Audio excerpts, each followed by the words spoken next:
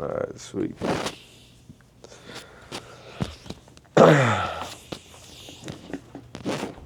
All right, just got back from fights. Very successful weekend of fights. Yeah, good weekend. Total redemption weekend. Yeah, yeah. It was good.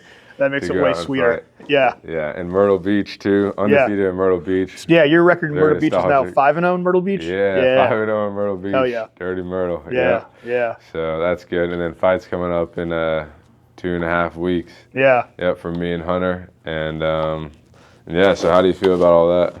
Good, man. I feel really good about these upcoming fights. I was going to ask you more or less like reverse. How do you feel about your fights over this weekend? Yeah, dude, I feel good. I feel like the fight from February, I was very like not in the moment, just like more in my head and not able to stay more present. More focused on the ring. result instead of the moment. Yeah, exactly. Yeah, like if you try to fight for like you have to make the result happen. Yeah. Like you were focused on like a win, like you wanted a win, but you like that's where you're focused on instead of like the moments to that win. Yeah, exactly. But these ones, like even just standing outside the ring, like getting ready to walk out, watching the fight before me happen, I was just focusing on being very present. Yeah, you were way more. I could see like a big difference in like your composure, like before weigh-ins, after weigh-ins, like everything before. Yeah. You were in a really good locked in headspace the entire for sure. time. And one thing that was way different is the whole day, all of Saturday, I was just repeating positive affirmations. Yeah, I really like seeing you do that. Like that was something new that I saw from you, and I went, "Whoa, sick!" Yeah, it was like from the moment I woke up in my head, just constantly throughout the day. It was like I couldn't even like stop it. It was just going. It was there. I'm it was there. Like, and it was so funny. Like EK was trying to tell you something about this guy's kick, and he was like, "I don't give a shit because I'm so good." And I was like, "Whoa, like neat, yeah." It was just so focused on like in my zone. Yeah. And because like I see because the Sean O'Malley podcast, they talk about this a lot. So I'm like, bro, if it works for Sean O'Malley, who's just this kid who started training and doing the right habits, what could I become if I just do those same habits? Yeah. It only makes sense that I'm going to get a lot better. So he talks a lot about meditation, about journaling. So I started really focusing on those. Yeah. Started doing like a strict morning routine where I would meditate. Then after that, I would do affirmations. Mindfulness is such a big part of fighting that, like, it took me to start coaching to preach it, where that was never a big part of our process when I was a kid. It was that just like, you got to work harder. Yeah. You just got to get meaner. Yeah, I thought and I was just like, man, what it. the fuck? Like, I mean, yeah, I know, like, I'm angry, but, like, how am I going to turn that on and, like, use it? Yeah, exactly. You have to be able to use, like, every part of yourself. Yeah. I think when you're angry, you're, like, you're only using part of yourself. You're a fraction of yourself. You're only the exactly. angry side of yourself. And, like, that angry side, like, can't be there in a fight because then it becomes reckless, or you're just, like, becoming a fucking bumper and like shit's bouncing off you and you're just mad. Yeah. So you're eating it instead of giving it back. Yeah, like exactly. Yeah. But the mindfulness that you had in the approach to it was my eyelid turned inside out. But no, the mindfulness was so cool to see. Yeah, it was like way it was different. That was the biggest and like your horsepower throughout like both fights. Like and I think like your mindfulness let you know that you could just go ahead and just keep going. Like you were it showed in everything, like your resets, your composure. Yeah. And like you can see like that's what made your ring control. Like you drowned those guys with pressure. I was just so present. It was so amazing. Everyone after the fights were like Cole, we were hanging out with Cole after the fights. And he was like, how do you guys just go forward all the time? And I'm like, I don't know, this is what we do every day. And I feel like that's our number one compliment as our team is the pressure and ring control. Yeah. Because everyone punches, kicks, defends differently, but everyone here has pressure and ring control. And like that made your mindfulness made you weaponize that. Yeah, like, to be able to use it. Instead of just being like drowned out by hitting hard. Then you forget all the other things if you're just trying to really crack this guy. You were throwing strikes with commitment. Yeah, exactly. Instead of just like hard. Yeah, and I wasn't falling over them. I was able to stay behind my strikes. You were behind your up. strikes, yeah. And I was pointing that out to people. I was like, and that's like that little bit when I tell you guys, like, your punches, if that person is reckless, your punches land.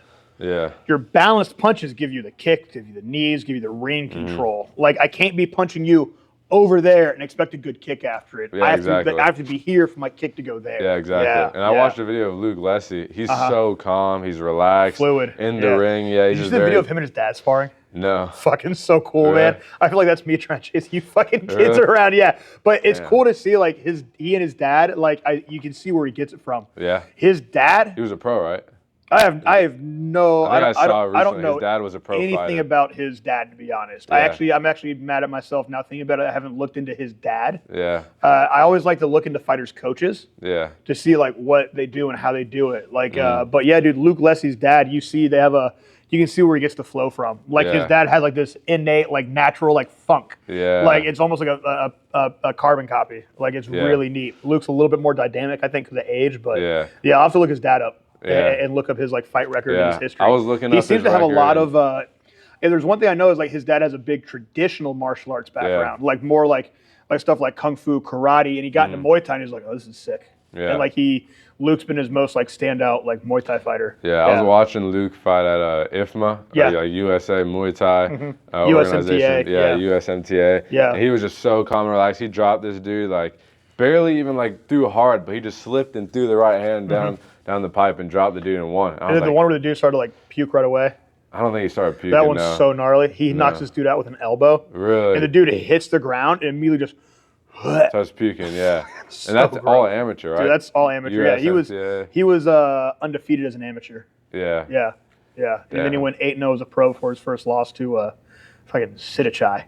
Yeah. No, that's a great first loss, man. If your first loss to that guy, great, no problem. Yeah. Holy crap. Yeah, that was sick. But I liked watching that and seeing that like elite level of Muay Thai at an amateur level. And you hear me say this, yeah. I'm like, you guys got to watch other amateur fights. Yeah, because watching pro fights, it's like, okay. You're not there yet. I don't know how I'm going to get there. That's like so far away. You're in I make like that race car analogy where it's like you're in driver's ed pretending to be like you can race an F1. Yeah. Like you can't. Like if you're in driver's ed, you got to watch what other people are doing around you. Yeah. Like watching the amateur fights made me realize, oh, I can get there. Like, he's better at maybe this, and this, but all I have to do is these little things and I can be there at that level. Those little improvements each time. And I tell people, you learn how to become a professional as an amateur. Yeah. If you're learning how to go pro, or if you're learning how to become a professional, like while you're going pro, you're behind the curve. You have fucked up so bad at that point. Mm-hmm. Yeah. Like if you want to be a good amateur or a good pro, you got to learn how to be a world-class amateur. Yeah. To become a good bottom of the barrel pro fighter. Yeah. Yeah. I've seen a lot of guys with good amateur records not do well as pros. Because they don't have like the right habits, they're not eating right, they're not training right, they're just relying on it's like those skill. little things, and you like the skill gap just closes the higher you get. So now that if you're a pro, like not all pros are going to be doing the same thing. Yeah. But you are definitely like low level pro MMA is a bit more of a shit show than like low level pro Muay Thai. Yeah. Low level pro Muay Thai in America is a bit more. I mean, like the guys like going pro in Muay Thai. Like these are guys who've already had international experience a lot of times. Yeah. We have some bad motherfuckers coming up in Muay Thai now in the U.S. Yeah. Because they're doing the right thing. Like, okay, how do I get ready to beat these guys in Thailand? Yeah. And they're recognized like this is the playing field. Like, so they're committed. Like, I'm gonna be getting better at this thing in this fight so I can be perfect at it. Like 4 or 5 years down the road. Yeah. Yeah, we're seeing a lot of that, which is good. A lot of people used to think that going pro meant like they were working harder. Yeah. Like you are, but you've conditioned yourself to like work harder, work smarter. To be able to do that as an amateur. Exactly. Yeah, because I feel like going pro in Muay Thai, there's not a lot of pro Muay Thai fighters in the area. So the ones we do fight, they're like really, really good. There's no pro Muay Thai fighters in this area. Like actually, let me see who's a pro Muay Thai fighter in this state. None. There's not a single one. There's not my buddy Mike Stevens. I think he was the last active pro Muay Thai fighter out of this state. Really? And now he's kind of moving into a bit more of a role of coaching. I know Chris Clodfelter has this dude Logan Howard, who's about to go pro, I think. Yeah. But yeah, dude, there's no active. You might have like people occasionally take a Muay Thai fight. Like take a Muay Thai fight, but MMA. they're an MMA guy. Oh, George Copa. What about George Copa? He's an MMA guy, right? Yeah, he does both, like Clay. kickboxing and MMA. Yeah. And then, but yeah, I don't know what he wants to do, but it's not pro Muay Thai. Yeah. And then there's quite a few like pro bare knuckle boxers out of the Carolinas, oddly enough. Yeah. But then like even in South Carolina, like I think Charsley Manor, who's like one of the top female fighters in the world as an amateur, like she just went pro. Like so, there's not that many pros. There's just not much of like it's hard to get pro fights in America for that. So you'll see guys dip their toes in boxing and kickboxing. Do these other things, yeah. Do you think that's better? Is it better just to focus on the one sport? I feel like in America we gotta. you're getting a lot more diversity in American fighters because you gotta fight with what you can get. Yeah, like just for the experience and stuff. Yeah, you go to some places, it's like, yeah, you can have nonstop Muay Thai fights. Yeah. Here, you're gonna have some Muay Thai fights. But like for example, like this past weekend, we were getting ready for a what rule set? Like full Unified. rules. Oh, no. Like originally the whole goal was what? Full rules. Yeah, I wanted full Oh rules. fuck, there's no one in that bracket. Oh, let's get ready for modified. Yeah. Fuck, okay, let's go to unified. Yeah. But the great thing about like these rule sets is like if you keep it tight, like they cross over very well. Yeah, they if do. you're doing the right things, Yeah. So it meant that we had to pull back. We pulled back on clinching for the past 2 weeks before the fight. Yeah. And then now today, because your next fight is going to be a modified fight, now Back we're into right clinching. back into clinching. Yeah. Yeah. It's kind of like adjusting what we're doing in class to fit the rule set that we're Yeah, doing. you hear me? Like it's I like the martial arts we do because there's not much of there's no real like belt or rank system to it. It's just the rule set. Did you see the belt system they introduced in Thailand? See that? What do you think about that? You don't like it? No, I don't, man. I'm not I kind of tell people you got to do it to love it. Yeah. You're going to see a lot of people. It's going to create a lot of really shit Muay Thai coaches. You're going to see a lot of people. I'm not saying like I don't have much of a fight background, especially like nothing. Like you guys are all so much better than I ever could have been. Right. And you're going to start seeing some guys that might get like some kind of Muay Thai level from another coach that maybe might not have a whole lot of great coaching. And this person's going to think they know what it takes to make a good fighter, but then they're going to start getting people hurt. Or they're going to be teaching a bad product. They'll probably teach people, they'll spend more time, and no knock on like Muay Thai, but like I like to have our guys ready for like the rule set in the fight. Yeah. I'm not going to spend the first 30 minutes showing you guys how to tie prajeeps and do the fucking Ramoy and stuff like that. Yeah. Like my brain's not geared for that. Like we're getting here to get ready for competition. Yeah. I'm not getting you guys in here to get you guys to do X number of things to get another To level colored up. thing on your arm. I thought there already was a system though before this got introduced. No. Like the crew There's system or some whatever. people. I think originally, like a long time ago, it was Arjan Chai, who was like the first big Muay Thai guy in America, and he has like a big Muay Thai affiliate thing, and he kind of started to adapt that, but a lot of people never really followed to it. Really? Because they know there's no belts in Muay Thai. You're pro or you're an amateur, you're good or you're bad. Yeah. You're a coach or you're a fighter. Yeah. Like that's that. Same thing like boxing. Same thing like wrestling. Yeah. Same thing like unified rule sets, like the glory rule sets, like the Waco rule sets. You're just a competitor. Yeah. International kickboxing, traditionally, because it comes from like a Taekwondo karate base, they have a bit more of a like belt system, but usually guys become black belts in karate and Taekwondo, then transition into international kickboxing. Guys like Joe Lewis had like a belt system for kickboxing, but it was off of like functionality and combinations instead of katas. Yeah. So it was kind of unique in its own way. What is a kata? Attack form 1. And move into attack form 3. Yeah, and then low block here. Yeah. And like, I used to do karate. I used to do yeah, that. that's the katas are like the forms and the moves and Yeah, stuff like yeah. that. And katas are like cool, but there's Not not very much applicable. like no. Yeah. Yeah, there's nothing in between it. So it Yeah. becomes like hard. That's why it becomes such like an explosive like blitz and go, blitz and go, blitz and go, because you're coming from such a stationary spot with those katas. But yeah, man, dude, this weather today sucks. Dude, I am like fighting yawns all day. Like I got in here at 7 a.m. and I heard the thunder rolling and I'm just like, bro, it's gonna be so gloomy. gray out today. Yeah. It's super gloomy. Yeah, I could use a nap, but I don't got time cold. for it today. Yeah. Yeah. But yeah, I'm not a huge fan of like this belt thing coming out, man. And Yeah. it's like you'll see like jiu-jitsu in America, like there's guys like John Danaher who's never competed Really? in jiu-jitsu. Never. Yeah, but he's one of the best coaches out there. Yeah. He does but he's also just like he originally did Muay Thai for a long time, got a philosophy degree or a psychology degree, philosophy degree. I can't remember. That makes sense. The But way like he speaks. the way he speaks, Yeah. like he speaks like the philosophy and how to like apply it and stuff like that. So that's why he creates such good competitors. But you'll see there's a lot of guys out there that have black belts that haven't competed. Yeah. And then a lot of those guys are usually just like the black belts of the school that have known the guy forever. Like they probably started as teammates, their buddy became a black belt, they get a black belt underneath them. And like they'll have good stuff to teach. Yeah. But like you'll also see like there's some jiu-jitsu places where it's like that person is kind of like they got a belt under someone that doesn't have competition. So this person can't teach competition, but they're trying to get people to compete and they're producing bad competitors or people are getting hurt. Like jiu-jitsu is a bit safer to be a bad competitor. Yeah. Getting hit in the face, man. Yeah. It's dangerous to be a bad competitor, man. And like, I mean, you'll see it. Like we saw some fights over this fucking weekend where it was like dudes having their first fight and we were just like, bro, you shouldn't be in there. Yeah. And they had no idea what they were getting into. They had no idea. Like, there was this kid in the back room who was just super He was the one kept and, coming up like asking questions, going like, hey, because he had the bye. And he had that. We all watched it, and we were all just like, "Oh." And then he fought right before me. What sucks is that dude was so fucking cool. Like, I liked him. Like, he had a good vibe. Yeah, like, I was like, "Damn, I like this dude." But then he got in the ring, and I was like, "This kid's never been hit." No, you see like, it. Yeah, spinning shit. He was a cool kid, but it was like, damn, like you're not ready for this. Yeah, I've seen it, dude. There was one of the wildest fucking things I ever saw, and it was maybe like the last or the second last IKF event I was at. I saw a coach in the corner having a goddamn borderline panic attack because he had never been like ringside.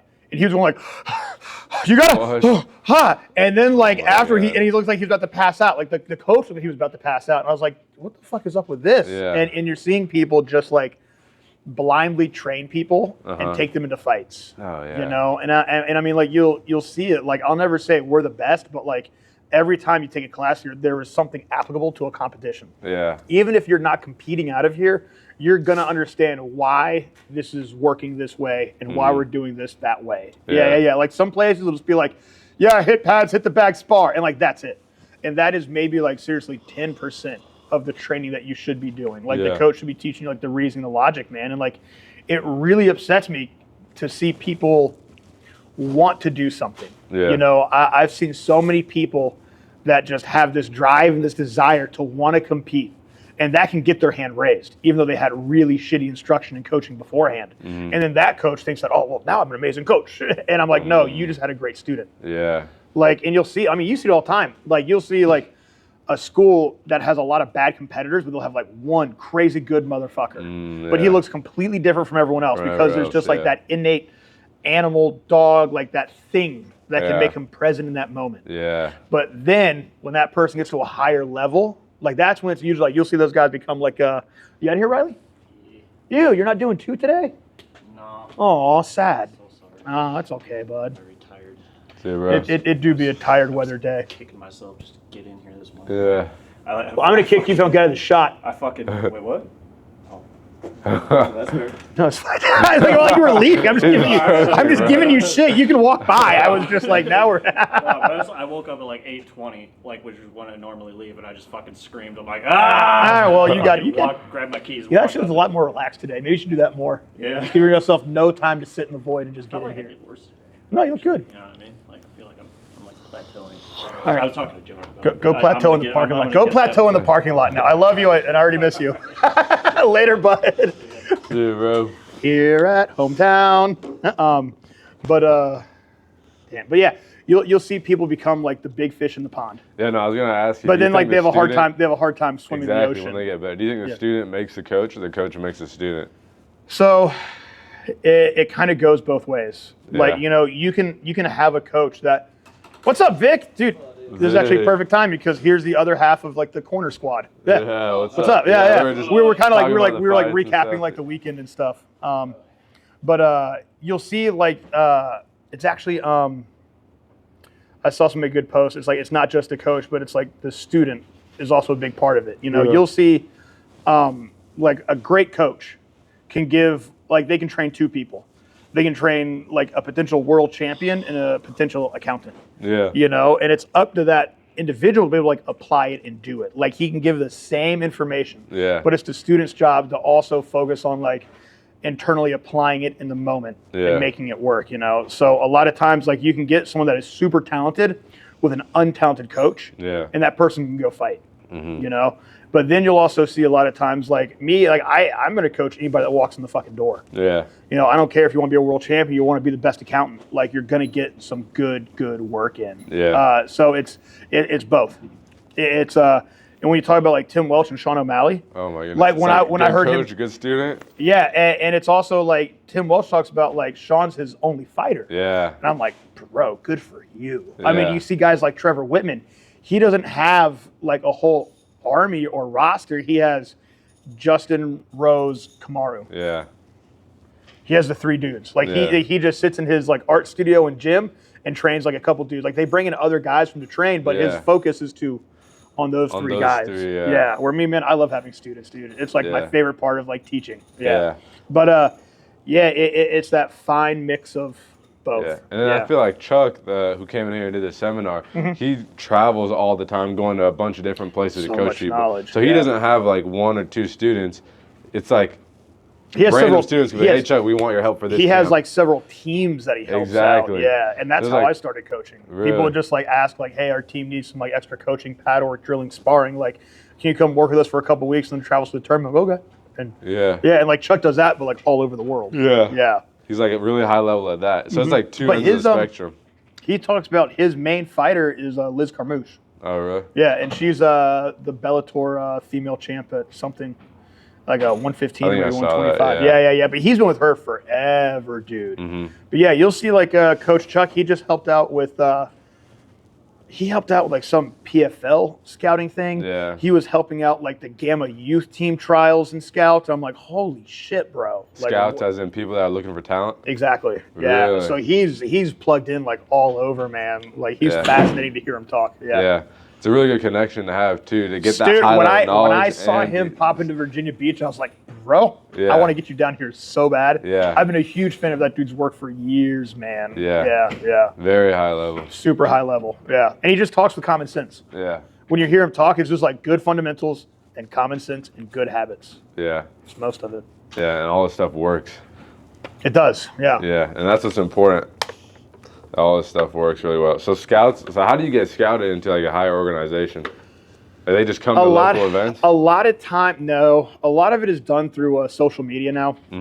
The UFC has done the right thing by starting the UFC Fight Pass. When you see that growing over the years, they've been handing out like stuff to like tons of organizations that are coming up, like LFA, CFFC, and all these things. So I call it like the Fight Pass circuit. Yeah. So not only are all the people in the UFC, like Hunter McLaren, all these guys, like they get to sit there and just watch this talent, and then they get to look at that person's like profile online.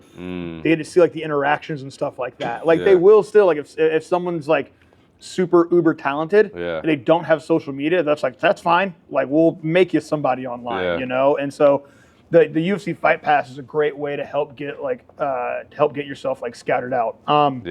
I like what Gamma's done, where they hold like youth tryouts, and like, and it's kind of like how stuff like the WKAs will do their nationals as a way to qualify for Worlds. Like a lot of times to get your eyes on as a kickboxer, or a Muay Thai fighter, or a boxer, like if you want to compete in the Olympics, is winning like local tournaments, national tournaments, like an East Coast tournament, like a Midwest tournament, a national tournament, and then a Worlds, somewhere you can get invited to represent USA somewhere else. Does that make sense? That's not what IKF Worlds is, though. No, I don't know what IKF Worlds is now. It's kind of just like the best in America. But like, I was surprised at how many people came. Like, there were people from California, New Jersey, and Canada. On the East Coast Classic. Yeah, this past weekend, like there were almost no fights. Like so many fewer fights than before. But there were still people still traveling for it. I was like, oh shit, okay, cool. Maybe like the local people would realize that there's a lot of events going on from the IKF and the man, it's been like a lot of people used to only have the chance to fight like at the IKF. Yeah. Like there was a long time when I started coaching, I'd take my guys like the IKF events because that was the closest thing we could get. Because there would be no shows in North Carolina. Yeah. You know, or we have to go to like Florida, and I'm just like, fuck. It's still kind of that way. Like most of my fights are at the IKF events. Yeah, you know, I'm really excited to have 3 fights back to back to back. Yeah. And it's cool because you get to show your work in your backyard. But like me as a coach, it's like I like my guys to fight outside the backyard because that's where the bigger fish are. You know? Exactly. Yeah. There's like, I'm not saying it's like, you know, we still lose in our backyard and shit, like whatever, you know. I'll always say I'm the world's okayest coach because I know I'm not perfect, but like we are always focused on like it's more like the individual. Some people just want to fight in their backyard, and I am totally cool with that. But don't say, I want to be a world champion, but I don't want to leave my house. Yeah. You're not going to be a world champion. No, you know? you have to go like out. you want to like test yourself. So I'm like, all right, we got to take some road trips, and like you're about to go to Thailand, and we're going to spend that time to like look ahead at stuff so we can start planning for, like we're about to start planning 2025. And next year's going to be crazy.